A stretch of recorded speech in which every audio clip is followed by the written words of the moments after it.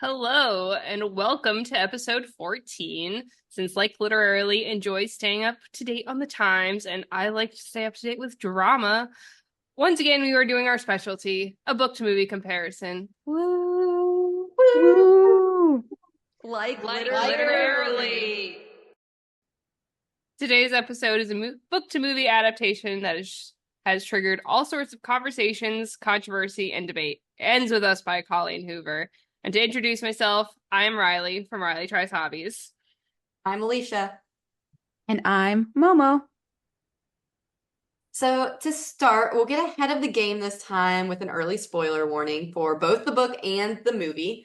The book's been out for a few years now, probably like a handful, but the movie is still lingering in some theaters at the time we're recording this. It might be out of theaters by the time we publish this in a week or two. There's also a chance that we will speak on It Starts With Us, which is the sequel to It Ends With Us. But given, I think we all believe that book just largely shouldn't exist, we probably won't speak about it too much. Probably not, but we will go ahead and put a couple trigger warnings as the book and the movie talk about some pretty big topics, and we all like to be a considerate set of three hosts here. So things like attempted sexual assault, domestic violence, and the debate on the ages in the book of young Atlas and young Lily. And so, of course, to start into what the book is actually about, if you don't know, we will also follow our usual format of providing the summary of the book. And luckily for this episode, that essentially covers the movie summary as well. So another just spoiler warning for the audience. If you haven't read it or seen the movie, feel free to go do that and then tune back in. But if you don't care, keep listening. So the movie adaptation overall follows the book timeline pretty well. So Alicia, do you care to tell us a little about It Ends With Us? Absolutely. So, It Ends With Us is a 2016 quote romance novel, we'll circle back to this, by Colleen Hoover that tells the story of Lily Bloom and her doomed romance with Ryle Kincaid and traces her past history growing up in an abusive home, her fall into an abusive relationship in present day, and escape from said relationship. It opens up with Lily, a young college graduate whose father just passed away, and she had just attended his funeral.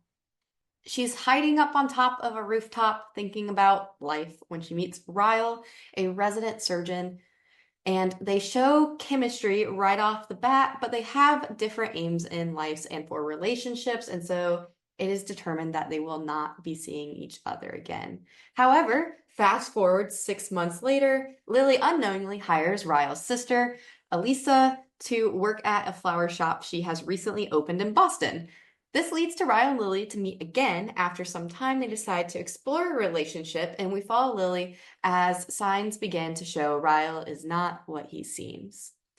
Throughout this entire timeline of Lily and Ryle's relationship, Lily finds herself revisiting her past and longing for closure with the death of her abusive father. She rereads old journals that she had written when she was 15 to Ellen DeGeneres, but they tell a story of how she met Atlas Corrigan, who at the time was 18, and how they fell in love and how this kind of helped her navigate her home life as well.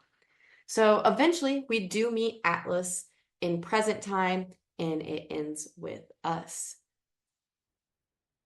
And that's the summary. So overall, like we mentioned, the book to the movie is actually pretty spot on. However, as we know, when books get adapted into movies, there are always those slight differences that are probably good to note. So for example, one of the biggest things, especially this was discussed heavily in interviews with Colleen Hoover, and I believe Blake Lively, who plays Lily, might have said something about it, are the age up of all the characters. So what were your guys' thoughts on that? It was throwing me off because from reading the book, obviously I was picturing like a 23-year-old Lily, like somebody who's just graduated, is trying to find her way in life. Like all of a sudden, like her father passes away. She has a lot of conflicting thoughts over like what this means for her, and like seeing that all get jumbled up in this abusive relationship versus we see somebody who's still very much in this stage of life who is quite confused. And now we're like in our mid 30s. And I'm not saying everybody in their 30s has their shit together. Like we're all about to turn 30. And sometimes I don't feel like I have my shit together. But I don't know. It threw me for a loop, I think, is the bottom line. Riley, what do you think? It really didn't bother me actually. I thought it made more sense just considering that Ryle was a resident neurosurgeon. He was not 25 at the Fair. time. So I thought it made more sense that they were more similar in age. So it personally it didn't bother me at all. What about you, Alexis? I feel like I'm kind of in between both of that. I feel like if they didn't want to go as young as Lily being 23, then they maybe should have gone more like our age group, which would be like late 20s, early 30s rather than mid 30s. I feel like they almost went too far ahead. But overall, like I think it was more obvious at certain moments in the movie, and then it was like less obvious in other senses of the movie. Like with the sister, I don't think I would have ever really noticed, but like with Blake Lively and Jessica Baldoni, I was like, this is kind of strange. Where I feel Um, where I feel but like it threw me off plot wise was the pining after Atlas being so far removed. Like this is a woman in her 30s who's like pining over this person from high school that she hasn't seen now in like what 15 years versus that's like true. in the book it was like a much sooner turnaround. I don't know. It just seemed weird to That me. is true. 5 years versus 15 is like, why are you still thinking about him? I don't know. Didn't even cross my mind to be honest in the movie. So you also have the fact that her mother played a lot of a much smaller role in the movie. And I believe personally that this was extra noticeable when towards the end of the movie you see Lily ask her mother, why did you stay with my dad even though, he was abusive? And we only got this quick moment of because I loved him versus I feel like in the book there was obviously a little bit more of an in-depth conversation, but I didn't finish re-listening to the audiobook before this because I obviously had read the book before, like the physical book, but even I think I finished off on like chapter 22 or 23, and the mom had played a lot larger of a role, like despite in the movie where it seems like she just kind of avoided her until the dinner happened and then she like didn't talk to her again. Um, I don't think it made too much of a difference, but the mom is a big reason as to why Lily is and why she reacts the way that she does. So I kind of didn't love that, but how did you guys feel about it?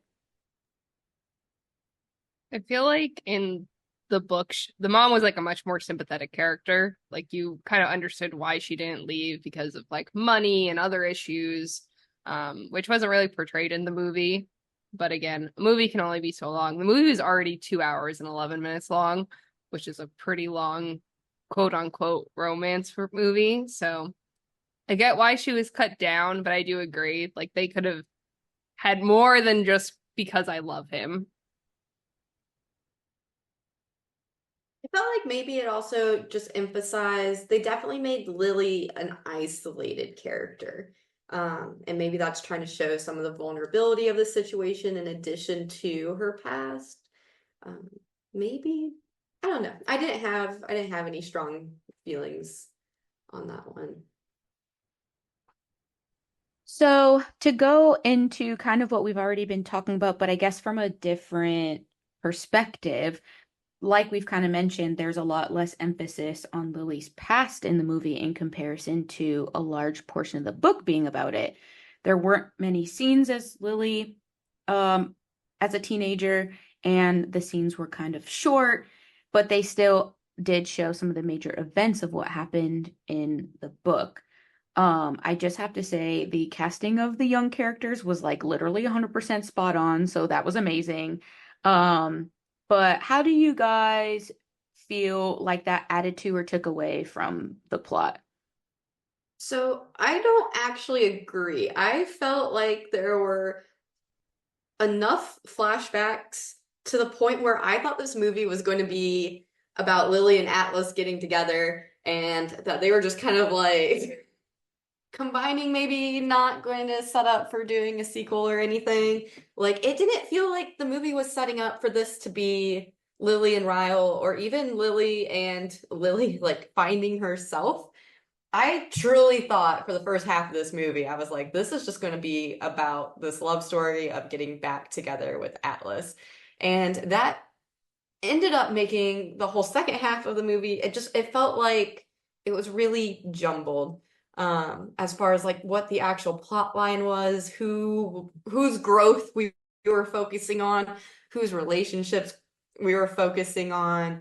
And I, for the life of me, cannot recall if she was pining after Atlas as much as it felt like in the movie, in the books. Yeah, so I finished the audiobook like the day before I saw the movie, so it was pretty fresh on my mind. But I kind of got the vibe from the moment that like Atlas was like genuinely mentioned with like the flashbacks and stuff that they were likely endgame. But granted, this book has been out for a long time, so I've definitely like heard spoilers, so I just knew that was going to happen anyway. So I don't think I could be like objective about it. Um, but I don't know. I thought the book too, I kind of disagree with you, Alicia, but that it kind of always set up for Atlas to be the guy, because in the book too, you knew the whole time that Ryle was abusing Lily or probably abusing Lily. So he was never like painted as the good guy once he started doing that. So it kind of just automatically turned you towards Atlas anyway. Yeah, like really, so he's kind of like talked about, so like she mentions him on the roof with the naked truths, and then like I think she reads a couple of the journals, but the early on journals are really just about stuff that was going on between her mom and her dad. I don't think I think as he gets mentioned in the journals in the book, like they soon end up showing up to the dinner and she runs into him. Like Colleen Hoover kind of framed it to be like as she's reading it, you see him in real life for the first time in the book, like what, 5 or 6 years, and then the movie, like 15. Mm-hmm. So to touch on something that I can't remember if it was Riley mentioned it.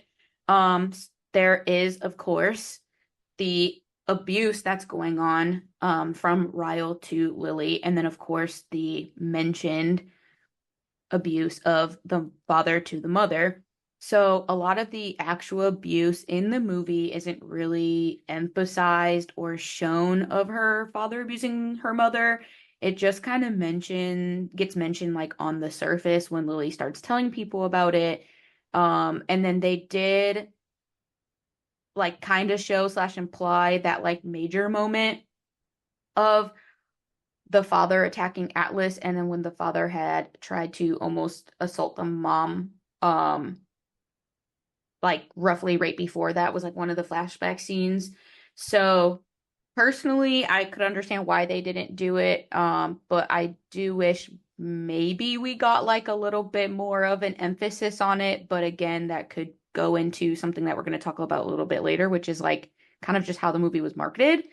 Do you guys agree or disagree? I think the like questioning of whether or not that Ryle was abusing Lily in the movie was obviously different than the book. Um, it's obviously been a lot of controversy about this movie, as I'll get into later. But one of it is that there's two different cuts of this movie. If I was going to guess what one cut was and the other cut that happened was that Ryle was revealed to actually be abusing Lily like later, which was shown in the actual movie. And then the other one was that you knew the whole time that Ryle was abusing her. If I was going to guess, those are probably the two cuts. And I understand why they left it to the end, kind of but maybe to make Lily a more sympathetic character of why she hadn't left. But I don't know. It was very interesting that they did that. The stuff with her mom, like I kind of understand why they didn't show all of that. I think it would have had a much more of an R rating than a PG-13 rating if they had, but I don't know. I thought it was interesting how they decided to portray that versus the book. I thought it added a little bit of almost suspense to the movie, like having that elusiveness left to the movie watcher of is Ryle abusing her? Is he not? Are we missing something? It gave you like that sense of like if you were in that space and you're a friend, like trying to figure out is this something I should be concerned about? And so it made me feel like a more active viewer in that sense by not having it as clear cut. And I actually liked that choice. Yeah, I didn't not like it, and I didn't like it necessarily. I was pretty indifferent about it. Yeah, that's valid, and I could definitely see with like the rating stuff too. And also like you don't want to get like too aggressive into it because like people can kind of put two and two together, you know. But I do agree, Alicia, with like the like suspenseful part of it that like when she does like the flashback, like oh my gosh, it actually was intentional this whole time. Um, so kind of to flow right into everything to sort of wrap up the comparison portion. We have this like overall capture of Lily's emotions and thought processes behind her like design for the flower shop, her longing for closure after her father's death, and the emotions and confusion since, you know, he was her dad, but he was abusive. And then I'll kind of tie in the whole experience where Elisa tells Lily about how she was struggling with fertility and then um that how that got left out of the movie. So, how do you guys feel about like kind of just book to movie comparison, which you can always assume that the movie won't show the deep stuff as much as as well as the book will. But like, what do you kind of think like overall about that? Riley, I think you have some comments on those particular topics. I have some thoughts Yeah. overall, but they go in a little bit of a different direction. So I'll let Riley kick us off. The one with Elisa's struggle with fertility annoyed the shit out of me in the book so much. I'm glad they left it out because they kind of just threw it in as like, I don't know, it was like a way to tug on your heartstrings for like no reason. Because then a chapter later, she was pregnant. So it felt cheap. Like, I don't know how else to put that other than I feel like it was a cheap way to pull on people's heartstrings. And then wham, she was pregnant 2 chapters later. It like drove me nuts. I thought, like, I know Colleen Hoover is kind of known to put like shocking things in her books, but it added nothing to the plot. Yeah, I I don't would have think it had more drove it anywhere. yeah, I would have had more respect if like there was a little bit more of a storyline like of her struggling with it or like it just kind of felt like, oh, if you struggle to get pregnant, there's like always this happy ending, and like that's just not really true. Or make it for Alicia, like when she finds out that Lily's pregnant, to be like a little resentful of it. That would have been more deep and more, I don't know, Agreed. it would have meant more. But instead, it was just something like, oh my gosh, Alicia can't get pregnant. Well, then she's pregnant 2 chapters later. I don't think it added anything. It was cheap. It was a dumb plot point. It I really agree. annoyed me. And I'm glad on they left like that out. on that like 2 chapters later, the timeline of this book isn't long.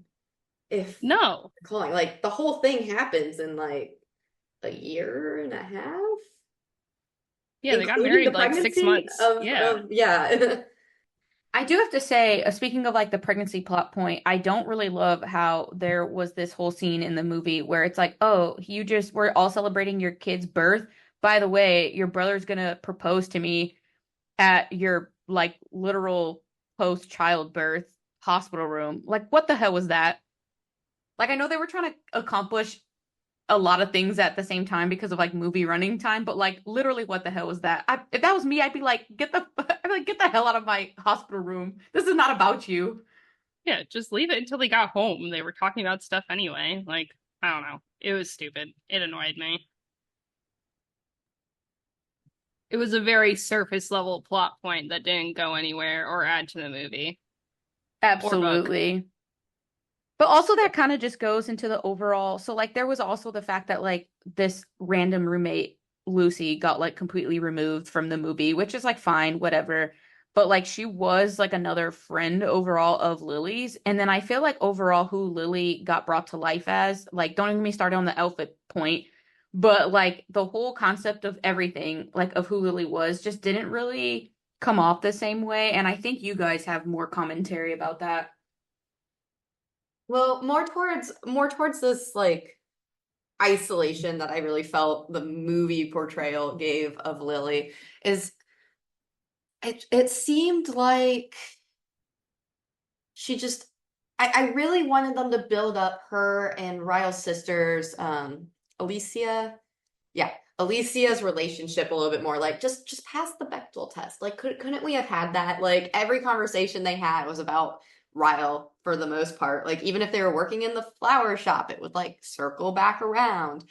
And like I wish they could have built that up a lot more because like kind of the end takeaway here, like the big the big moment to wrap it up was like Lily realizing like she had power to like leave this relationship and she could do it for herself and she could do it for her daughter, but like the breakthrough had to come through telling a man like, yeah, you should be a feminist and be not abusive because like look at your daughter, she could face these things, which is like always just an argument in feminism that already like kind of drives me a little crazy when people are just like, well, think if it was your sister, your daughter. It's like you can't just be a good person to be a good person. Like you have to like that just that ending just I was like this is where this is the breakthrough, this is the moment, this is how we conclude. I mean, it concludes that way in the book too. It's not like I was expecting something terribly different, but it just felt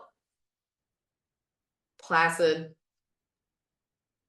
No, I agree. I overall thought the movie was a good adaptation from the book. Don't get me wrong. I like consumed the audiobook in like a day and a half, I think.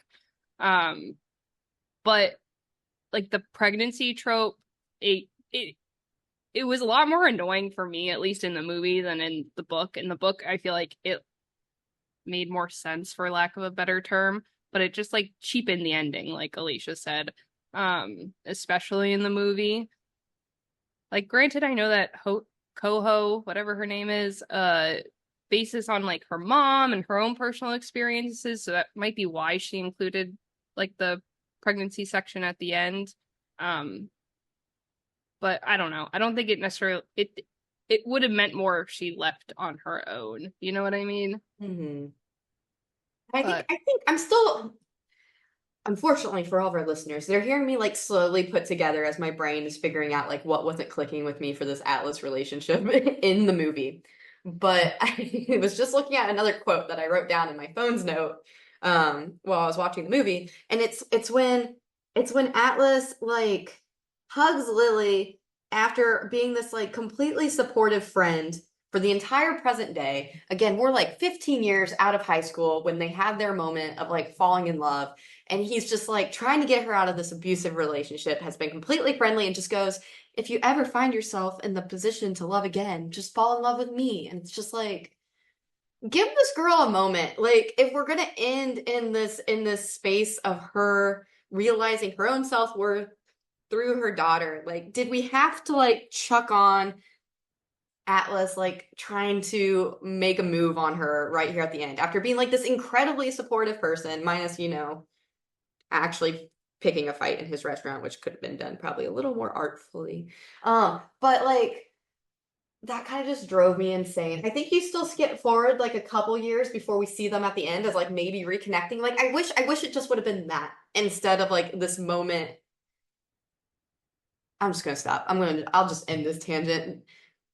I'm just the narrative with Atlas felt jumbled to me, and I feel like I'm slowly putting it together as I'm talking about it. I'm curious if listeners want to put comments on our Instagram. I'll read them, but I'll stop trying to put this puzzle together live. So overall, I can also agree the movie was done pretty well for the book to movie adaptation. It's one of the few movies that if you read the book, you could pretty much expect the movie to follow the same timeline and pretty much majority of the main events. I was really dreading to go see it, especially with a lot of the drama that was surrounding it, but I was pleasantly surprised. To be honest, we mentioned it before. Colleen Hoover is a good palate cleanser author, something quick, something easy to digest in between, your heavy fantasy books or your longer fiction books. So to adapt her movies, or excuse me, her books into movies really honestly makes sense. I can agree with Alicia that like I wish that it just ended with that. Like, I'm gonna leave with my daughter, which people don't do. They don't leave with their kids. They stay for the kids, and that's worse almost. And but obviously understandable. And she has all this strength. And I wish that, and obviously this is coming from the mindset that it's been publicly stated by Colleen Hoover there was not supposed to be a sequel to this. So maybe that's why she kind of wanted to include everything into this book. But like, I kind of wish that that was removed. And then It Starts With Us was specifically about maybe her reconnection with Atlas, like when Emerson was older or whatever. So to get deeper into that, speaking of the drama, I completely forgot It Starts With Us was a fan service book that was like purely written because so many people wanted it. Maybe that's I didn't enjoy that sequel. I'll leave it at that. I'm not planning on reading it, so. it's not really all that worth it. Honest time here at Like Literarily. But speaking of Colleen Hoover, Alicia, I think you had some things you wanted to share. I mean, along these lines of us just generally being like, yeah, the sequel's meh. I feel like we should just make this explicit. If you are or were not familiar with Colleen Hoover, it's good to know that abuse and domestic violence are not just like slightly present in her books, but they're oftentimes the like major story plot line. I don't personally consider It Ends With Us a romance book, so that's circling back to that summary we had at the very beginning of the episode. It is categorized as a romance book. And so there's a lot of tension over whether or not this is idolizing isn't quite the right word, but maybe glorifying a bit domestic violence. I just, after reading a few of her books, I just don't have the interest personally to like continue doing so. I do think this reoccurring theme though is worth having some kind of trigger warning beforehand. So let this be to all of our listeners, if you're picking up a Colleen Hoover book, either go Google what the trigger warning should be for that book if it's not included, and figure out whether or not it's something you really want to dive into. Yeah, and I will say, I think we talked about this when we talked about Twilight too, is that sometimes these plot points are just used as shock factor. They don't necessarily add to the book. I think one of the big ones, like that isn't the pregnancy trope. I already beat a dead horse with that one. But one of the big ones is Ryle killing his brother due to having a loaded weapon, an unsecured weapon in his home as a child. And that was like, oh my gosh, this is like this big reveal. However, it added absolutely nothing to the story. I don't understand what the point of that plot line was other than shock factor. Is it absolutely horrible and does it absolutely tear on your heartstrings? Yes. It didn't do anything for his character. It didn't make me feel any sympathy towards the character, to be honest. It was like a callback to that first scene where they meet on the rooftop, but it didn't add anything. Nothing at all. It felt like that needed to be revealed before we knew like he was being abusive, or when we were like still confused about it in like the movie plot line. Yeah. Because then you'd be like, oh, he was just really upset that night because it was reminiscent of this. But it gets revealed so late that you're just like, no, he has anger issues. Yeah, it just, like when we're talking about how these books all have like these trigger warnings and these like, and it becomes like a big plot line of the story, like this is one of them, and I honestly just don't think it was worth putting in at all. Like, I don't know, I thought it was, I don't know, that scene or that whole plot point like probably annoyed me more than the pregnancy one, just because I really don't think it added anything to the whole story, and it was like such a shock factor and did nothing. Like, why are you doing that to us, CoHo, whatever your name is. Coco. Coco. Yeah, I pretty much agree with everything you guys have said, and like honestly, I don't defend a lot when it comes to CoHo, but you kind of have to take her for what she is at the surface level, and more specifically, we've mentioned it already, like it was based off of the real experiences of hers and her mom's and stuff. And I feel like the one thing though that isn't really talked about a lot is that I think the point, and do I think that she thought this deeply? I don't know. I'm not Colleen Hoover, but I'm gonna give her a benefit of the doubt and say that maybe she just wanted you to romanticize Ryle as you would when you're in a domestic abusive or an abusive relationship, because that's what it's actually like. You think it's perfect until it's not. And then maybe like the whole thing with Ryle and his brother was like this like manipulative shock, like emotional heartstring pull factor for Ryle to be like, feel bad for me, I've got issues, instead of being like, hello, that just is like another added red flag to this situation. Because that's what they do. Like, like they pretend everything that they're perfect until they don't. And then when they do something bad, they make you feel like you need to feel bad for me because something led me to be like this. And so I feel like that was a realistic representation, I guess, of a situation like this. But again, do I think she thought that deeply? Maybe, maybe not. But I know I did. So that's my like take on that. And That So was a good maybe point, Alexis, though. Like, I didn't think about it that way. Like, that is fair. yeah. And maybe that's just me being like a nerd and just like analyzing it like, oh, maybe you're supposed to experience this as somebody who is in a relationship like this, because that's literally what happens. But like I said, who knows if Colleen Hoover thought about it that deeply or not. and um thanks for romanticizing. That's what I was trying. I was like glorifying, idolizing. Yeah, it's like this romanticizing of, you described that perfectly. And I think to wrap up, we should get a little, I don't know if this is a little more lighthearted or not, but there is so much drama around this movie coming out. And we have a drama resident expert. As someone who watched celebrity news every day growing up, I thoroughly enjoyed the drama surrounding this release. If you remember the Don't Worry Darling drama last year, this is very reminiscent of that. All right, I'm going to try to run through this quickly because I'm sure you guys have all been bombarded about this on your Instagram and TikTok. So, basically, there was a lot of drama between Blake Lively, who played Lily and was a producer on the movie, and Justin Baldoni, who played Ryle and directed the movie. And there's also a lot of movie drama on how this movie was marketed. So,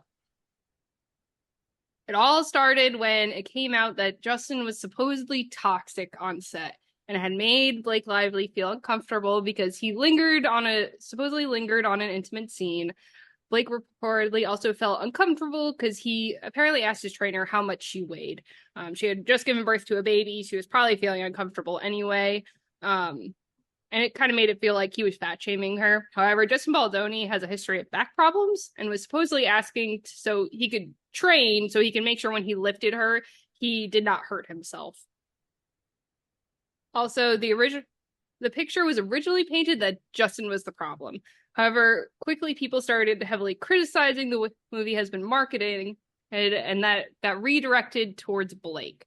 One of the big things that has been happening is that Blake has been definitely marketing this as a romance movie, as has Colleen Hoover, and just the movie in general is marketed this way, such as grab your girls and wear your flowers for the premiere, collabs with nail polish, a lack of trigger warnings for the domestic violence scenes. Lively has also been heavily promoting her hair care line with the movie.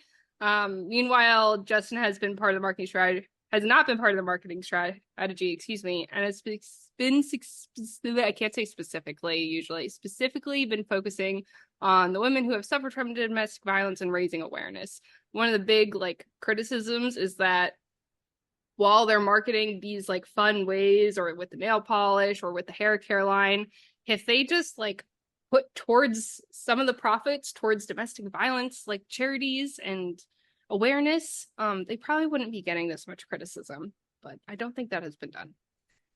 It also came out that Lively has had past issues with being rude and saying questionable things during interviews.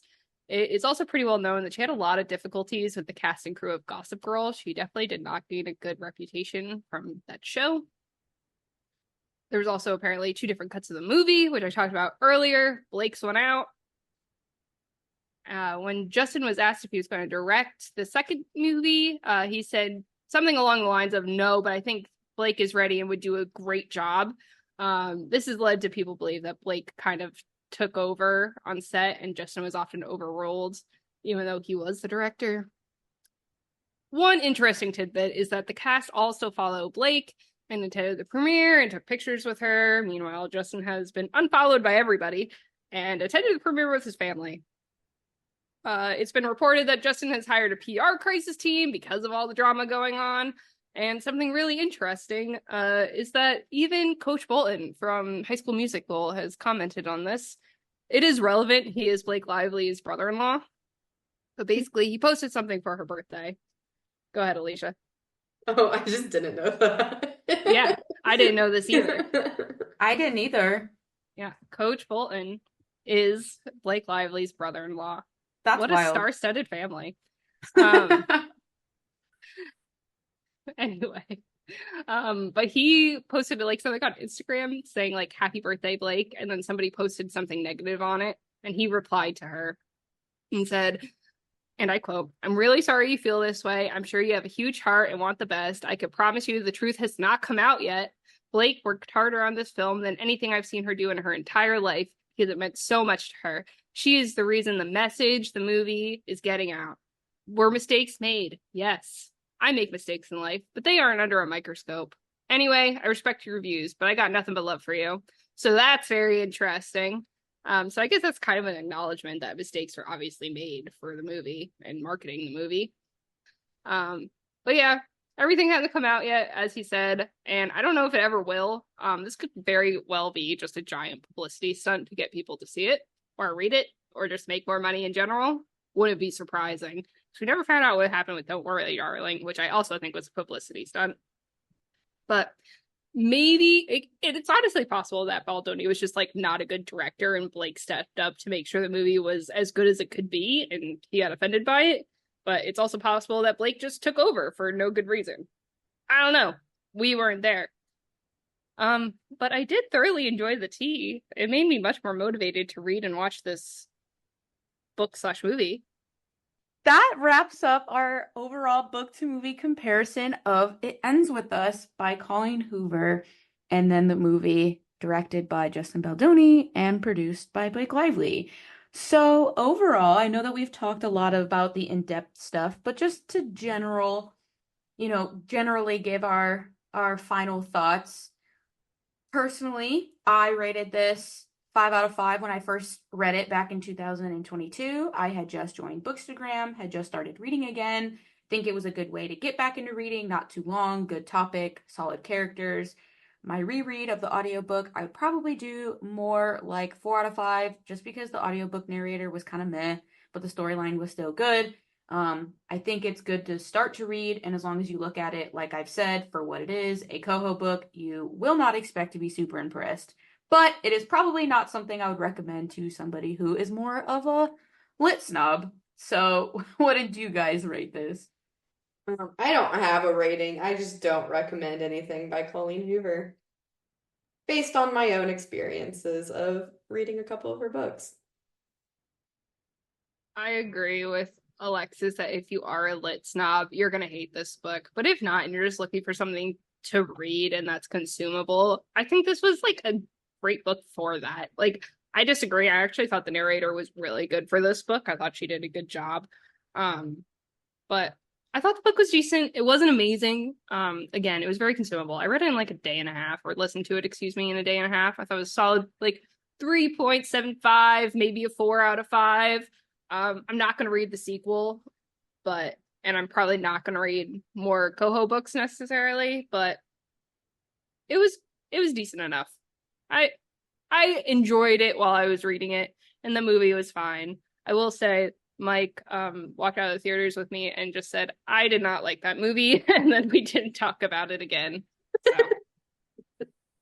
So, as a police officer's daughter, I do have to say, before we fully wrap up the topic, I do want to put on this just a side note before we wrap up the episode that if you are listening to this and you believe that you are in a situation similar to Lily's or similar to her mother's or similar to Atlas's mother, please, please, please reach out to somebody that you trust. And if you feel like you can't, please reach out and use the resources available per the National Domestic Violence Hotline. And the number for that is 1-800-799-7233. So I just wanted to put that out there just because you never know. So, yeah. And we'll include that on the episode description. And so, as we are closing out here, what are you all reading? Well, I just finished The Hobbit, which has been a year-long journey, so I'm really proud of myself. And I'm about to start listening to Mexican Gothic, and I haven't decided which book I'm going to read yet next. I have like 4 checked out from the library, so I'm trying to put them in order. What about you, Alexa? So, unironically, I actually just finished Confess, which is by CoHo.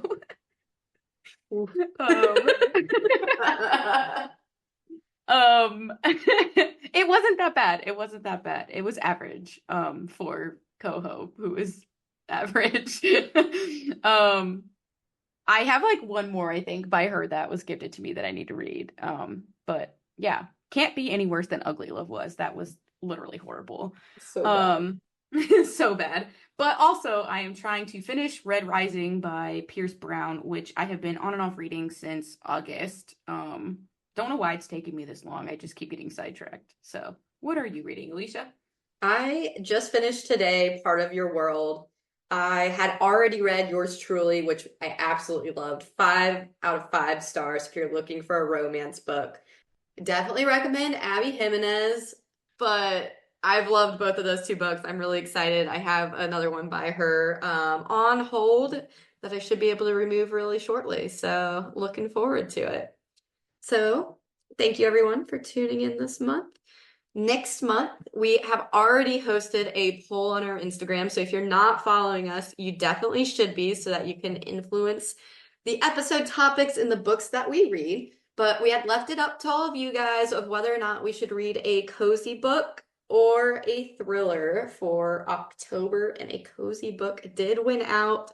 So then we were still indecisive and asked you guys to choose which book we should read, and the selection was You Again, which is a cozy fall romance with an enemies to lovers trope. I'm very excited to be reading this one, but definitely if you want to follow along, get that book checked out and join us next month. So that's all we have. We'll catch you all next time. Bye. Bye! Well, that gets us started. Speaking of assholes.